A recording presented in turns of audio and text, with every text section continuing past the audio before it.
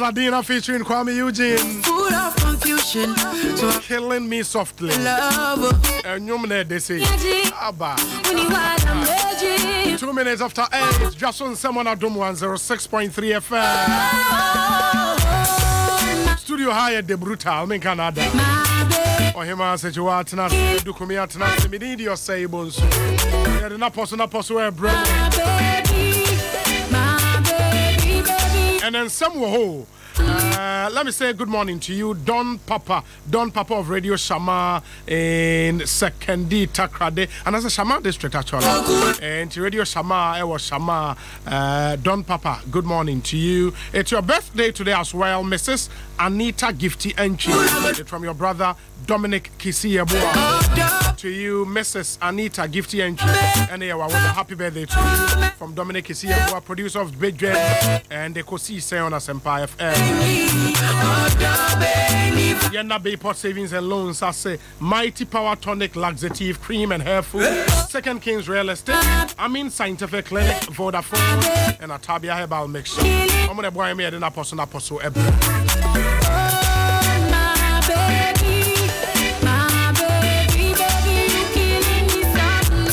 Mami anu me akwa ba na fe yankwa homa no so nhyase ni nkomo hima akwa ba boko de. Yamo nyame adome ho ye pa na nka ase makofom kakra na moves no Kwame Eugene ne Adina ba bia mehia mu bia me de moka osem tokosuama mu ama Pentecost elder bu ni mu anopai ena fomo enya bete mo ya de na me simi nimsa na so me hu obi asa me de ahye na hu so ojina hodo no ayoku sa no o twen o ye sit down dancer na ye obi ye no am kai Sofia omukọ yi asori ba bia yi a omukọ duru yi na se nom di solo ko jire solo ku betwa betwa sorry man sasa asofu ni ja hu se sofu tapene na di hu aso asori no okura sim afi sofu sa ya na obi eje asa na aka sofu we hu to twa na ni hu so obi ahwe no no kwa de gina dwumo se o se praise the Lord no man hallelujah was heaven by yet nemum solo ko de pa Bagori adu ko we you are trying kwani ahoden eja yin doctor your voice ni ani so more we still have our eyes in there dia kwasu bi ehwe bi na birthday course no me na me last caller okay happy birthday nkoma senior sister Adwa Portia we every Davis Rebo Boatin okay kontonchi de hye no no boy here kuma we say ne sister no e wo UK London UK na dia ema ni remfi ni dan say 4 years ago ni sister ne sending for £20 bi na minim say esika 4 year papa ketua bi ma wani a ene ka wo mo akoma sa eti Davis Rebo Boatin say sister Portia o say sa de no woda so kai na ni remfi da until ma awoda pa because of the message back no there you that message no say Eraba bi I was seeing Kuno birthday. The be no we are no cereal. Or so hima cereal. Okay, my main kind of brofo. Or hima, did you just hear how a woman is wishing her husband's birthday and praising him? I suspect Yafo or other Ghanaian concussions did a great job last night in bed. Cereal Dakwa. Good morning, Bio. Oyere Zenobia. Dakwa, happy birthday to Zenobia. How are na birthday messages na aircon now to most. Na year ni kunu the birthday na year na frame. So me share anya special. Oh yeah. Na obi brodo asemi ana wo kan. One way I'll be fan so 2 cities there ya 2 cry for 3 cities. Ba oni ma me nko wini ba mra. Me ba na ya bedi brodo ne ho enkomo. Ba Solar FM for I wo dum kwa on ofin e fa in live. Oh, okay. And I must say Solar FM is picking the feed live and you are being heard everywhere in our catchment area. Mosque anymore Makai or Solar FM do any charity. Yeah, charity. Okay. So marketing department. Yeah, munyina e was Solar FM. When was do kwa na me national service. Oh, okay. To Chrome back when ho. Do kwa. Na hoko ye basa. Okay. Mami ko wini ba Seth Kofi AJ e wa ho. Seth akwaba. Hello. Aha, akwaba bibia boko de. Obi tele gas. Mete unkapa Seth. Sometimes I said the University of Education, Unibar campus. Some with you was with the background as a demonstration that started at school for the shop from what I said. I want to never be asked in answer.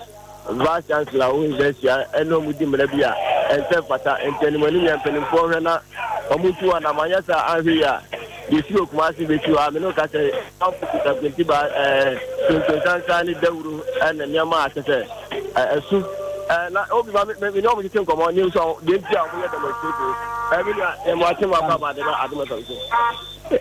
Mosano say, I didn't know the demonstration. The demonstration and say, let us say you may do to me and tell you cry, a letter about a lot of time on the set up phone. Or Marina Dino, and then I am a demonstration. Let us do put me to understand, let us know bear and we say you may. I tell you cry. I transfer a bit and I even before I had this one. A terminity or more contract. But the demonstration we then I'm yes, sir, let's now may do. I had a sapon, or Mufana, and Samble, and no any bloom.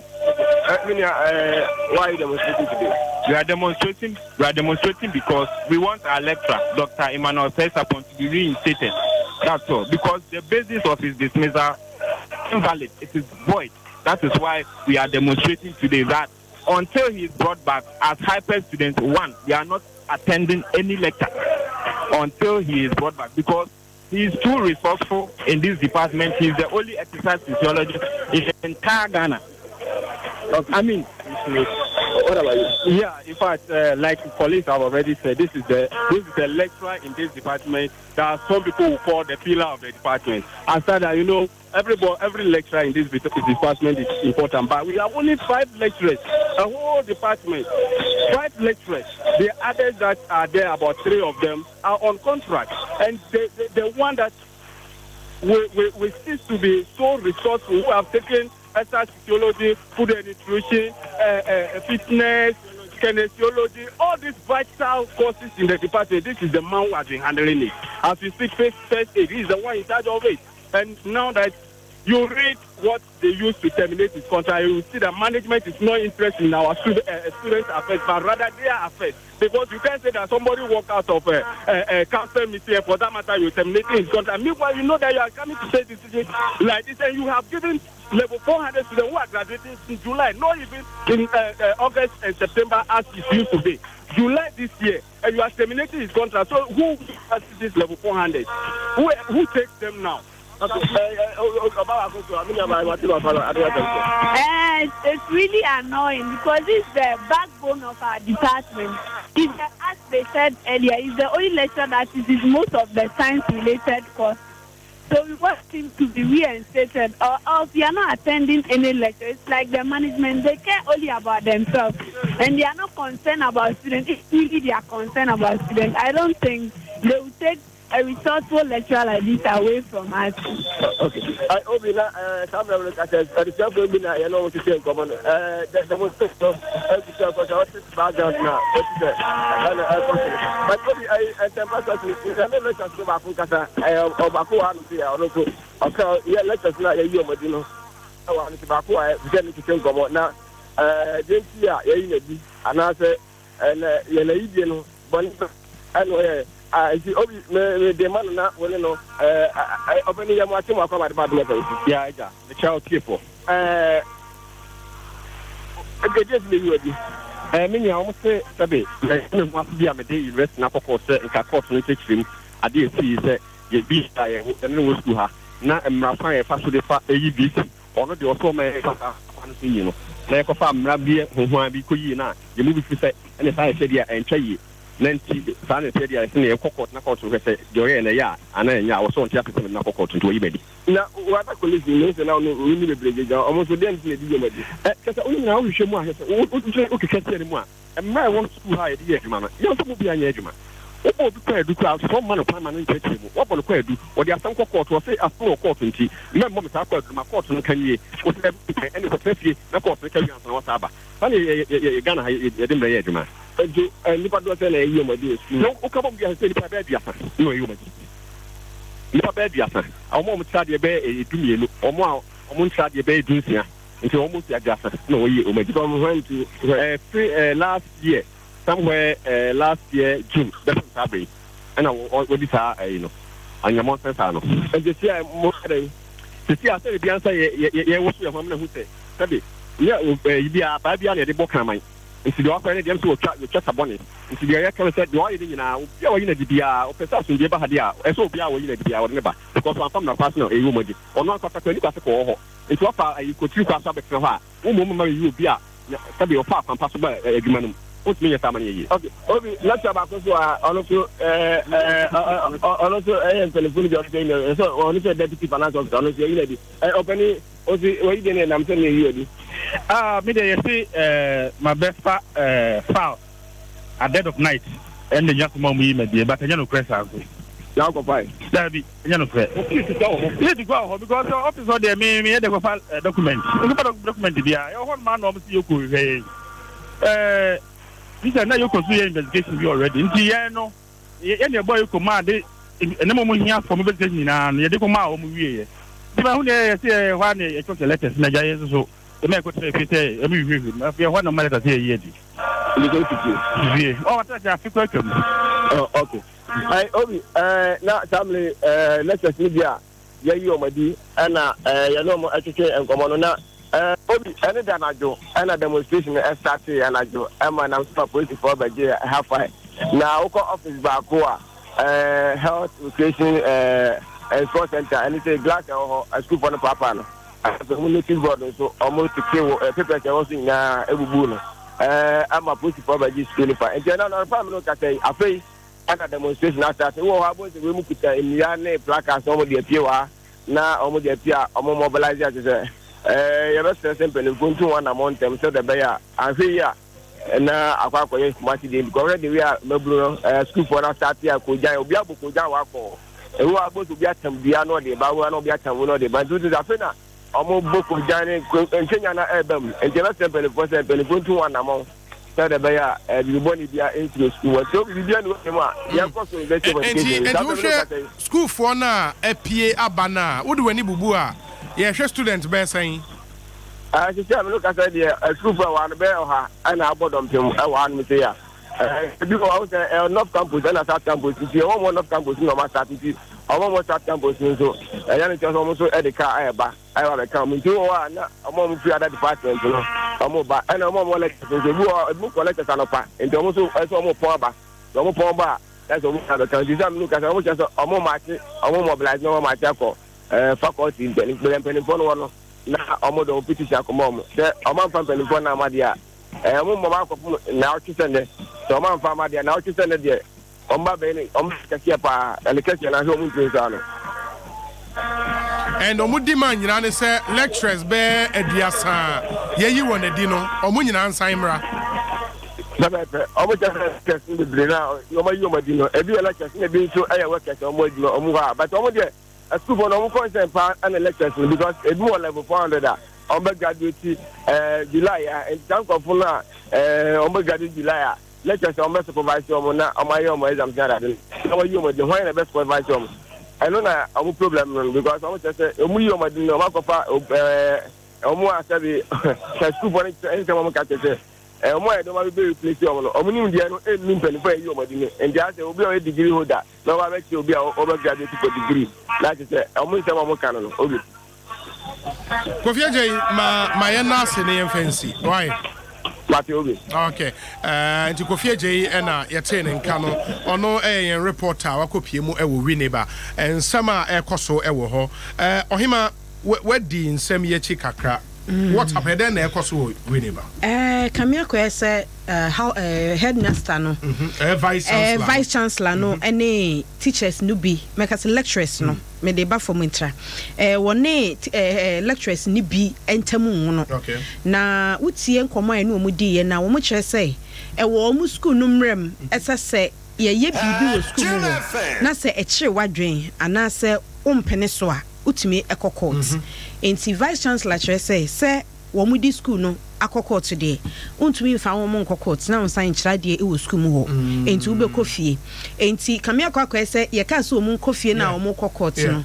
na o be hia document bi e be ye evidence to prove o mo case no wo court enti o mo nya link e wo school mu ho enya lecturers ni bi ene workers na e wo school mu ho no bi e ma o mo boa e ma o mo nya those documents na o mo hia no enti vice chancellor ni ban ho so no na those documents na akodi one year lecturers na omo wofie ni nsem enti odi na ni fa mu no ohun say dan a esi hai engineering room pani a woda no enie na be de akire ni nipa am wo ha ni enti efri DWASO besi fiada na se ye nhunu document na ene mu nipa na mo wo ha no mo susu mbe kofie bi sanse mesusu say monsa wo mte sa momra meti ni pakra o de document no koye no to enti na wo say non teaching staff no so ebeka ho kofie enti woni e susu se wo mo bo a woni ayi wo mo di se wo mo di school no court woni e susu se wo mo ka ho bi e na document na leak no wo mo susu ka ho ne am mo kofie no e na school for no dwen say brand nye brepa aka kakra bi na yawie e na won say ye ni teacher for no bi lecturers ni bi aben so omo na mo che ade free asase oni me weakness me so me nim de mentiase am at this time no focus won kofia wan nwin me student na me ho odwen wo interest and as other interest enti manemra if anything we dey omeboa yen ye wi a na samu wo bibia na samu asema mbeka no eni kwan say affect me student na at the end of the day say nyame a nka school ni ho enti eno na ma student ni bi ensusu atie sikroma wo mo ye dede na anopa ne ye ne omudi nkomo no ba ko ka me bisa no directly say open so the school for ne ye ka bibi kire wo mo se o mo se ahwe o be se niama o se wo no de emrama kwen say obi ampene ade so be demonstration it is a make us vice chancellor no so he na be ha dwen ene oti omudi ma den say say yen ka se puto nse na so hye a ye dido ye be dido no aha enti sa na akoye ena ma wow, that's interesting but unfortunately no University of Education Winneba Oma will news name for all the wrong reasons the last few months because Obekai between advocate former vice chancellor and we ne Afro-Broni so when they suffer no Afro-Broni reverend yes okay and Matisa we so MP de ne ho agemu bi say when who say betrayal be the thing with UEW they say a school a omusi kaseme because teachers doso and because University of Education teacher be up a top up we are so one go UCC hono beko and the access to resources sika echo because teachers be we Ghana also in the civil service no omo a doso pa teachers a radio cry teacher for Ajafa Ukrainian one was a beer. Where did teacher play? Teacher charities in the tea. Madam. Oh, my name is English teacher. Kabla Asante. Oh, my name is Asante. And there's Benjamin Asante Dako. And there's no a hitman. So no share radio as never DJ hitman. Sir, what's that school? Peter's Educational Center, Quadason. How? O my next radio Peters. Yeah. Oche me adwoasa na Jomensa wife. I'm a from. Oh okay. Oche me call Peters so. Hey, me the 1 year o Peters because stay 6 e o Peters. Maybe go GHS 1 be feel. Yeah, be kan wan sem Quadaso Peters. Peters Educational Center. Any Cambridge opposite. Any Cambridge opposite. Yeah, be kan wan sem mo. Pastor me call Kato Presby Primary. And I call Mama Lo. Who's that? Peters owner. Peters owner na Ofimi Chrome. Ofimi Ansomo say. Okay, eja yes, inti me call Peters. Wow. And I'm to South interest. Una be border. Okay. Ma me yare ewo wo say your boarding facility na nhyɛ da anye we papa anti me yare na fe be date na me to south and na me ba wow the same for na twem me fie bi o south there dey abefa me fie no aba me the Quadaso number 6 o na me gina standing 6 fie up we rough. Oh, but those were the days. Not yeah. No. I say school no go. Moscow egu. E ya ni me mo pe. Me so ma last egu. Ya ton. Na obi ye best mpanyifo no. So asem bia ni ho a ne maame wo ne ba yeah asem bia ne ba ne wo ne maame sha se ketwa bi na wantimi anso ano na anyini we afe na sha se ye mpese de esi wo KNUST no ebi on besi wo ha esan so medical sound warning yeah se mpanyimfo anhwe ne wanka o masema amo ma de esi wo UST no ebe ketwa ye besere mpanyimfo yeah asem bia ni wa yidi ne na wotweda anu edi nchire di mekwa no ana beka students na ma o mahu o concern eye so medical mo mahu o concern so that they can address it to mo address it ye mpesa afi ne be wi ase ne ye ko to school mu afi na awofo ba betwa dwadwo na afi ye dia police fo be ko ho ye mo nkrofo ye nyese da bi asem to wa usua hu nyansa dia to KNUST no e was ye hu nyansa ne hu kwa be fa so be so we yeah and for the current vice chancellor no circumstances are ema ono eba be di akonya no I thought Sanka Nioma Wemono would be because Uba was a circumstances were controversial. If you say quite far, so this way we in then quite papa and no court too. It's an issue in court. I thought Sanka Uba and you do everything possible to make sure say Uba down. Ekoban say teachers and as lecturers bear 30. No, it's just too much. Too much. You are sharing results. And now, Yawe, when you muna ma yes, sir. I ask him be so. And now, so what we say me who. Such as a bisan said, you may and crescent tumor. Nana, a fantasy you mediana. And no, then the issue of timing is also there. And also, no students ne concern. Students can say you be a D, and I mean you be a D. What they are saying is timing. No, but if say obi tumra. School nimra, then timing doesn't arise.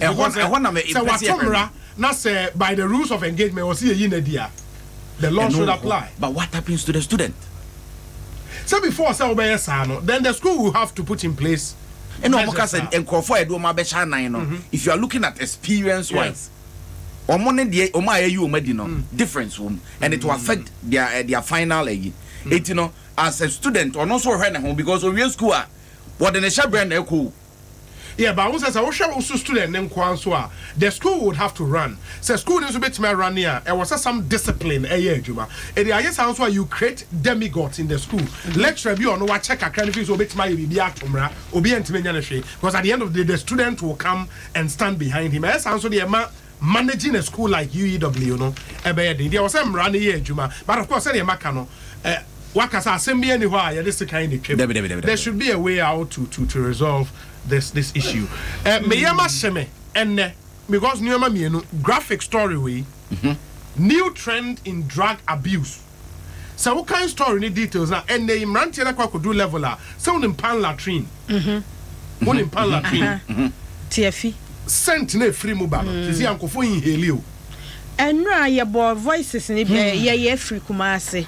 Anwumre no nsia kase ebo naked no se wutie enoma amanfo twe just 2 days opeso days opeso obo opeso high eniama amanfo twe ko mu na wuni ma rehosem the more aye bobo so ye repeat no na afi na amanfo nso so experience kwakwa experiment ya wesa de etie enoma amanfo twe ko wo mu na nra mpofo je kan asem bi say wo bi pe kidney edi atnase abo bribe ayadepa na wo bi anya bi anu no niam niam sai ne respiratory tract no wo sai na hrawa obi pa hrawa de abobrapa obi anka nyame adom obobrapa bi na hrawa sai enti wo wu na obi wo bi odidi agro ade gura to pray na obi on ye kan niam bi ankofo mixing David memoso tobo memo boso on say obi ya boso no na amanfo pese omukokosofwe me kai say time na amanfo kunkum suicide chance say be ba edru ba bi ekosoro pa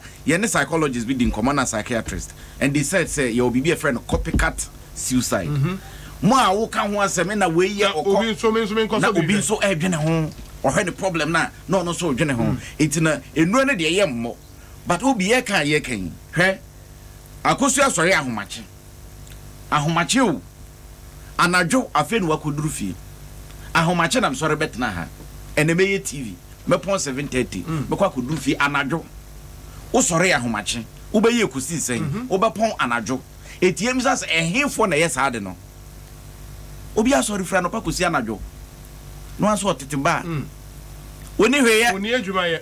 Well, but that is not an excuse. Yeah. Sakoye bibi sa. Because me debia me ka say omo motonton sokodia insuo PK any ade traffic mu. E bia ba bi omo ye adwuma na nye. But the fact why na adwen so wo benye bibi. No kwa no. To me it's encouraging. Yeah. And I respect them so much. Because sometimes we awia pa abo a obi gina so a na obi gina ba bi ka say Ghana for ya pagefo a ya na ye me ya. But the thing is, do we have a youth policy?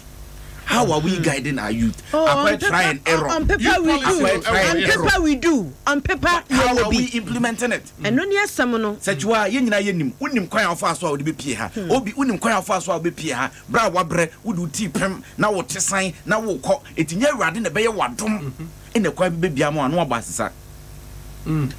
I agree generally na so man, you know, we live by the grace of God. Inti nyame adom sa wo hwe security everything e manipa wa brabo edimu no ye de nyame adom inti enne se commercial driver onim se ne car yi problem e wo ho ba ofi se oh menya abom paya empai bon de beko e de ma yeden e de masan aba na wakọ akwakokum nipa inti nyame adom e ya de papa grace e ne kura ye nyina. But I think some of the things should be intentionally driven. I was seeing who said a handy a person kokodu. And he said they will come about youth policy and the there should be something on paper ye implemented to make sure say everybody will fall in line. Na ye nyina ye DHA e de akọ. See ye jai bibia to chance. Say oh nyame ya adoma and o share the air cost we are.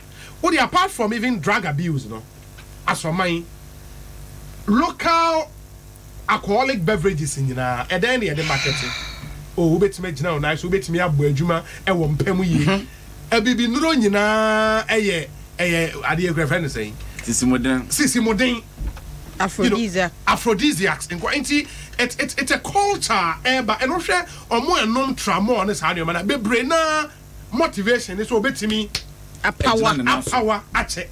Say adwuma bi na oya or pebibi obennom e de ayi adwuma den a onte. Impemu agura ope and it's a culture and yenim in a subtle way no in kakran and we are building the youth no to accept sadia no inti na obe hu obi a wadi 24 years 23 years say okodi impemu agura I mean I don't understand me minimum branch bia me kotu ne baby ya bon komo si ya say bra we ase adin wada oh no te akonwam ojira ko cycle he ya mo pai car no obitimi gina mfa ko say canage for say wada odi o adwene se obetwena mo abetwa memfa na chi ubeka ho wada no ogina ho no abu bebre we na me ne police fo bi di nkomo ye kwakwache omo a sa drug peddlers ne we no obitimi tumrika odu wo ho say ya na wamoa ne ho no wadojo wadezia ma wafiri ni party biam wotumrika kwagina wo ho say yo na wamoa ne ho obi kra timi koto wadoje I mean baby o madwen na kwakodro no and unim de man ye ya ne say ohwe ye man yi mu a sisi the average age in Ghana 19.5 years it's a very youthful population but the ya ne say and it's the same across Africa because the median age in the whole of Africa is 20 years. Average age, Africa, 20 years. And Africa now has the youngest population in the world. So when you compare Europe median age is 43 years. Into Omunyi, and if we are not able to galvanize the support, the exuberance of the youth. See, a youth be very active, and this is the time I was saying to me and turning into positive use. And for more into because the Asian tigers now in the 1940s, they had a very youthful population, but they turned it round and I share Singapore, share Malaysia, Timidi, share China, what are we doing? The Kenya started with the opportunity. Because if the youth take you on to Tramore, and it's dangerous. Obi ara ho samba konso say and every na ko wonam wa ya hwe shops no mo ton nsuo ene drinks no ne red drinks a egu ho wo de hwemu be se 4 neto nefa coffee na fa kosija so mane na hwe the sugar content ya ewom de ya ho kra ye drink na ye de toys egu ho say ye nkwada drink na nkwala pe na ye ne toy nti akwala bia hu a enu bi no ope asi kire ni kala ni nsuo enti efiri nkwala no mi eku wo nkwala brem wani anyame ya omadom ya di nkontomire be 20 years ago ya di nkontomire mu omu nti omotimi anyi ni yiye no wo mo so de Tramore ene ensa de ya frafram ene owura petese ba na sa wo hye ensa hodo a esisi wa edwe edi agro wo di agro ya ba wo office wo no ena wo se na monka na momra instead so ombe ma omani ada ho akoba to buy ho hia mo nipa ne na so a awose mo fa nipa ne bi ka ho instead so ombe ko ba to buy hye amanfo concussions a wo mo mesi wo mo table ase no enye no mo hwe Tramore no obu ho ehia so be kwa akota anu mo ye dia France anisi wo esi wo ye kwa na ebu that's Accra ha bi de La Liga e bi de na beken e bi hwan o kwa be ka cho say ya tadwe enema ewom no eni mu shisha wi ewom be serious because country bia cannot develop when it's on autopilot. Say bibi anya juma, we are all hoping say the grace of God. We don't deliberately plan anything. Obi he abrante bi kono monsam me muni din essence will be twemu ha kakra wono monsa ne wieye wonama no hu so obi ton anwamo anwamo ni si ho wotete o se ne kondo so oton mo wa no tam mo ne so anwamo ne ebo no julo no denam for you do ni